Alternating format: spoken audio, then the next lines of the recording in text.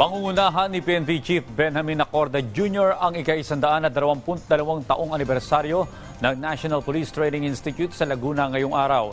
Si Joshua Garcia sa detalye live. Rise and shine, Joshua. Rise and shine Pilipinas, rise and shine Audrey. Nakatakda ngayong idaos ang ika-122 anibersaryo ng Police Service ng Philippine National Police dito sa Laguna. Audrey, naasahan ng pagdating maya-maya lamang ni PNP Chief Benjamin Acorda Jr. bilang panauhing pandangal dito sa Philippine National Police Training Institute sa Calamba, Laguna, kung saan ay magbibigay din ito ng talumpati para sa mga dadalo mamaya.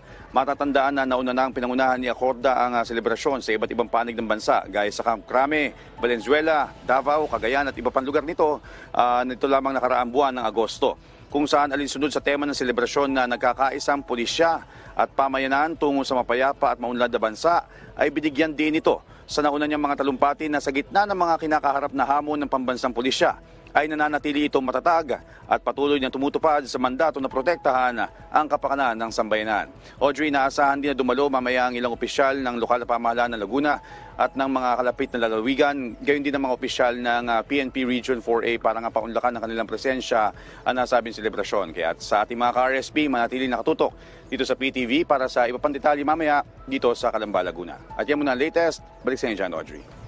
Maraming salamat, Joshua Garcia.